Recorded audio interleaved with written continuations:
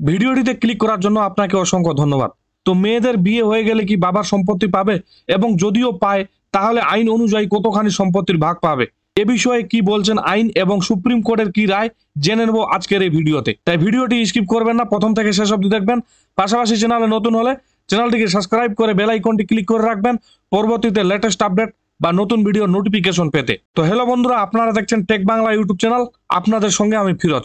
তো আজকের এই ভিডিওতে আলোচনা করব মেয়েদের বিয়ে হয়ে যাওয়ার পর কি বাবার বাড়ির সম্পত্তি পাবে, এবং যদিও পায় তাহলে কতখানি ভাগ পাবে বা কতখানি সম্পত্তির অংশ পাবে, এবং এ বিষয়ে সুপ্রিম কোর্টের কি রায় জেনে নেব আজকের এই ভিডিওতে। তো বেশি কথা না বলে চলুন ভিডিওটি শুরু করা যাক। তো আপনারা স্ক্রিনে দেখতে পাচ্ছেন, এখানে বলা হয়েছে বিয়ে হয়ে গেলে বাবার সম্পত্তি মেয়েরা পাবে। কি বলছে আইন? বাঙালি পরিবার ও অবাঙালি পরিবারের মধ্যেও পৃথক ধারণা রয়েছে। অবাঙালি পরিবারে সাধারণত একজন কর্তা, হেড অব দ্য ফ্যামিলি থাকেন, তিনি সম্পত্তির মালিক হন, তার থেকে বাকিরা উত্তরাধিকার পায়। কন্যা সন্তান চিরকাল কন্যা হয়েই থাকে, আর পুত্র সন্তান ততদিন পর্যন্ত পুত্র থাকে যতদিন পুত্রবধূ ঘরে না আসে। সম্পত্তি সংক্রান্ত একটি মামলায় রায় দিতে গিয়ে নির্দেশনামায় একথা উল্লেখ করেছিলেন সুপ্রিম কোর্টের বিচারপতি অরুণ মিশ্র। তো কন্যা সন্তান চিরকাল কন্যা হয়ে থাকে এবং পুত্র সন্তান ততদিন পুত্র হয়ে থাকে যতদিন পুত্রবধূ ঘরে না আসে, এই দুই লাইনের কথাটি বলেছিলেন সম্পত্তি সংক্রান্ত মামলায় রায় দিতে গিয়ে সুপ্রিম কোর্টের বিচারপতি অরুণ মিশ্র। এরপরে আপনারা এখানে দেখতে পাচ্ছেন, এখানে বলা হয়েছে আসলে কন্যা সন্তান তথা পরিবারের মহিলা সদস্যের লড়াই ভারতে দীর্ঘদিনের। যে বাড়িতে জন্ম, যে ভিটেতে বড় হওয়া, সেই ভিটের অধিকার পাবে না মেয়ে। ভারতীয় আইনে দীর্ঘদিন সেই সুযোগ ছিল না। কন্যা সন্তানদের সম্পত্তিতে সমান অধিকার ছিল না। 2005 সালে সংশোধন করা হয়েছে সেই নিয়ম। তো 2005 সালের আগে যে আইন ছিল বা আগে যে নিয়ম ছিল, সেই নিয়ম অনুযায়ী বাবার সম্পত্তি অর্থাৎ বাড়ি হোক, ভিটা হোক বা জমি হোক, সেই সব সম্পত্তিতে কিন্তু কন্যা সন্তানদের সমান অধিকার ছিল না। এরপর 2005 সালে সেই নিয়মটি বা সেই আইনটি পরিবর্তন করা হয় বা সংশোধন করা হয়। এরপরে এখানে বলা হয়েছে ভারতের সম্পত্তির অধিকারের আইন মূলত ধর্মের ভিত্তিতে ভাগ করা হয়, অর্থাৎ হিন্দু পরিবারের জন্য রয়েছে হিন্দু সেকশন 8 বা হিন্দু উত্তরাধিকার আইন। এছাড়া মুসলিম পরিবারের জন্য উত্তরাধিকারের আইন রয়েছে মুসলিম পার্সোনাল ল বা শরীয়ত আইনে। তো আমাদের দেশে যে সম্পত্তির আইন রয়েছে, সেই আইন মূলত ধর্মের ভিত্তিতে ভাগ করা আছে। যেমন হিন্দুদের জন্য রয়েছে হিন্দু সেকশন 1 এবং মুসলিমদের জন্য রয়েছে মুসলিম পার্সোনাল ল বা শরীয়ত আইন। এরপরে এখানে বলা হয়েছে বর্তমানে পৈতৃক সম্পত্তিতে কন্যার অধিকার কতটা। আইনজীবী অরিন্দম দাস জানিয়েছেন হিন্দু পরিবারের একটা ফ্যামিলি ট্রি থাকে, সেই অনুযায়ী সম্পত্তির ভাগ হয়। 1956 সালের হিন্দু সেকশন 1 মহিলা সদস্যদের সম্পত্তিতে সমান অধিকার ছিল না, অর্থাৎ পুত্র সন্তানের মতো অধিকার ছিল না কন্যা সন্তানের। সময়ের সঙ্গে সঙ্গে এই নিয়ে অনেক অভিযোগ উঠে 2005 সালে সুপ্রিম কোর্ট রায় দেয় পরিবারের সম্পত্তিতে সমান অধিকার থাকবে কন্যারও। এরপর আইনে সংশোধনী আনা হয়। তো এখানে বলা হয়েছে 1956 সালের যে হিন্দু সেকশন 1 ছিল, সেই অ্যাক্ট অনুযায়ী মেয়ের বিয়ে হয়ে যাওয়ার পর বা মহিলা সদস্যদের সম্পত্তিতে সমান অধিকার ছিল না। এরপর সময়ের সঙ্গে সঙ্গে এই বিষয় নিয়ে অনেক অভিযোগ ওঠে। তারপর 2005 সালে সুপ্রিম কোর্ট রায় দেয় বাবার সম্পত্তিতে বা পরিবারের সম্পত্তিতে সমান অধিকার থাকবে কন্যা সন্তানেরও। এরপরে আমরা দেখে নেব 2005 সালে যে আইন সংশোধন করা হয়েছিল বা যে আইন নিয়ে আসা হয়েছিল বা যে আইন পরিবর্তন করা হয়েছিল, সেই আইনে কি বলা হয়েছে বা সেই আইনে কি বলা আছে। তো আপনারা দেখতে পাচ্ছেন, এখানে বলা হয়েছে 2005 সালের সংশোধনীকে কি বলা আছে। 2005 সালে হিন্দু উত্তরাধিকার আইনে যে সংশোধনী আনা হয়েছে, তাতে পুত্রের সঙ্গে কন্যাকে সমান অধিকার দেওয়া হয়েছে, অর্থাৎ বাবার সম্পত্তির উপর তার ছেলের যা অধিকার, মেয়েরও সেই একই অধিকার।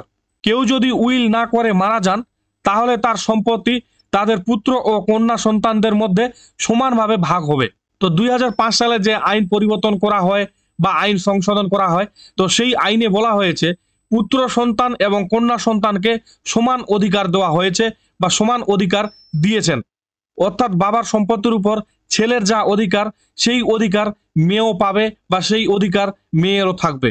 এবং যদি বাবা নির্দিষ্ট কারো নামে উইল করে যান, তাহলে কিন্তু সেই সম্পত্তির ভাগ তারা পাবেন না। যদি উইল না করে মারা যান, তাহলে কিন্তু পুত্র ও কন্যা সন্তানের মধ্যে সমানভাবে সম্পত্তি ভাগ হবে। এরপরে এখানে বলা হয়েছে জন্ম থেকেই কন্যার সেই অধিকার থাকবে। স্থাবর ও অস্থাবর দুই সম্পত্তিতেই থাকবে উত্তরাধিকার।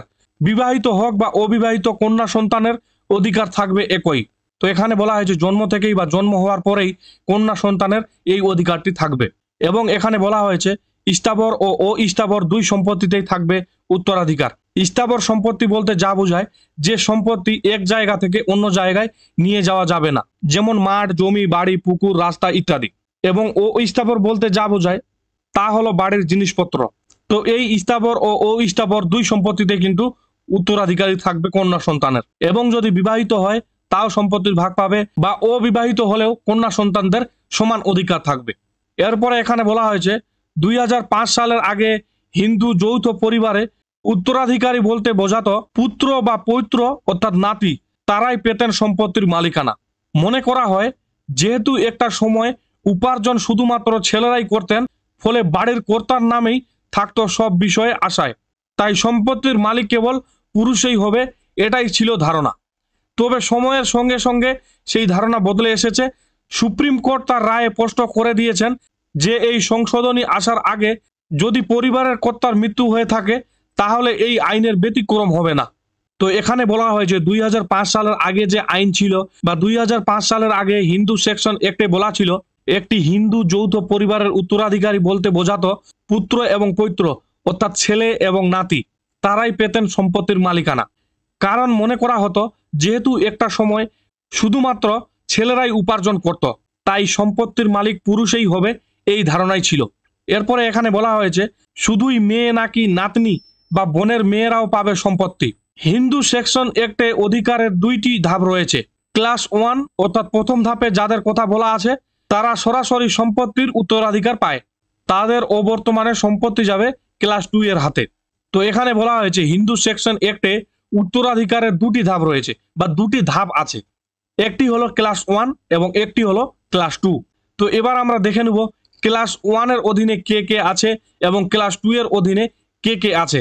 তো আপনারা এখানে দেখতে পাচ্ছেন ক্লাস 1 এ কারা: সম্পত্তির মালিকের পুত্র, কন্যা, বিধবা স্ত্রী, মা, নাতি, যদি পুত্রের মৃত্যু হয়ে থাকে নাতনি, যদি পুত্রের মৃত্যু হয়ে থাকে বিধবা পুত্রবধূ, যদি পুত্রের মৃত্যু হয়ে থাকে প্রপৌত্র বা নাতির ছেলে, যদি ছেলে বা নাতির মৃত্যু হয়ে থাকে প্রপৌত্রী বা নাতির মেয়ে, যদি ছেলে বা নাতির মৃত্যু হয়ে থাকে তাহলে নাতির বিধবা স্ত্রী।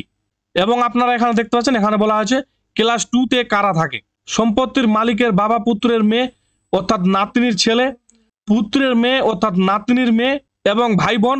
এছাড়াও ওই তালিকায় রয়েছে কন্যা সন্তানের ছেলের ছেলে অর্থাৎ প্রপৌত্র, কন্যা সন্তানের ছেলের মেয়ে অর্থাৎ প্রপৌত্রী, কন্যা সন্তানের কন্যার ছেলে অর্থাৎ প্রপৌত্র, কন্যা সন্তানের কন্যার মেয়ে অর্থাৎ প্রপৌত্রী, ভাইয়ের ছেলে, বোনের ছেলে, ভাইয়ের মেয়ে, বোনের মেয়ে, বাবার বাবা অর্থাৎ ঠাকুরদা, বাবার মা অর্থাৎ ঠাকুমা, বাবার ভাই অর্থাৎ কাকা, বাবার বোন অর্থাৎ পিসি, মায়ের বাবা অর্থাৎ দাদু, মায়ের মা অর্থাৎ দিদা, মায়ের ভাই অর্থাৎ মামা, মায়ের বোন অর্থাৎ মাসি।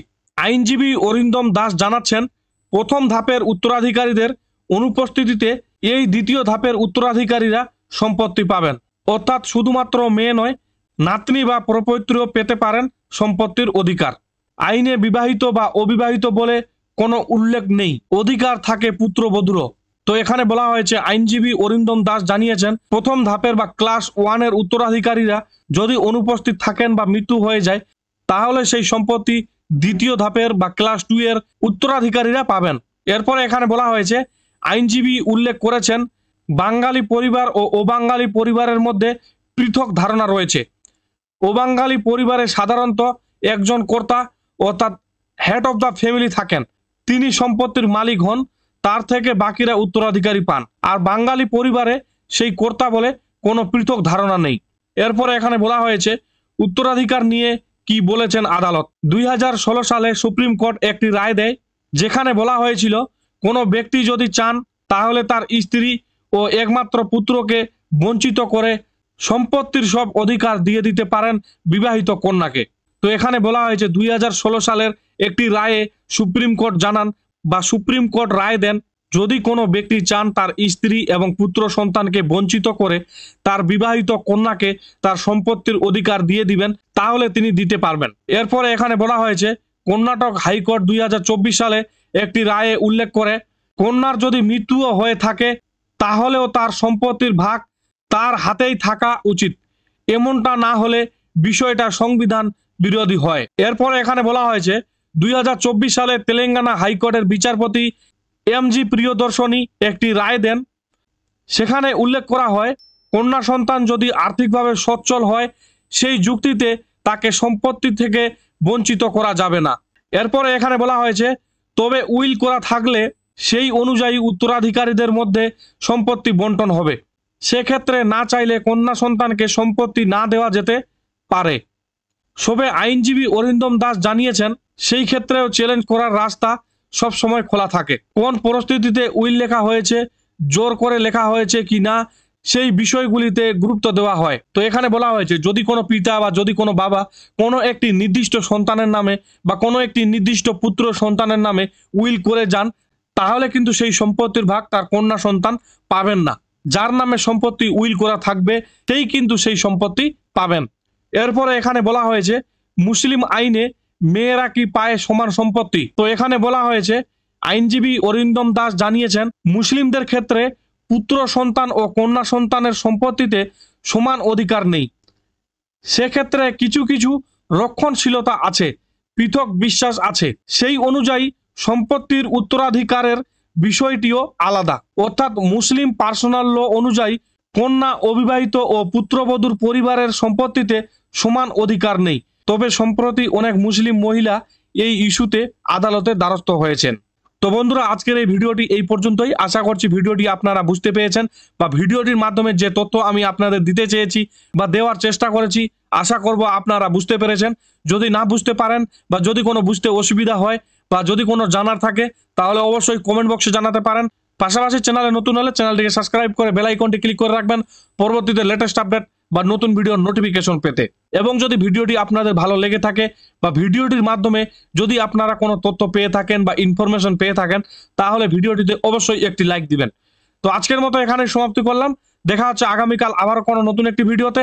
ততক্ষণে সুস্থ থাকবেন, নিরাপদে থাকবেন। ধন্যবাদ।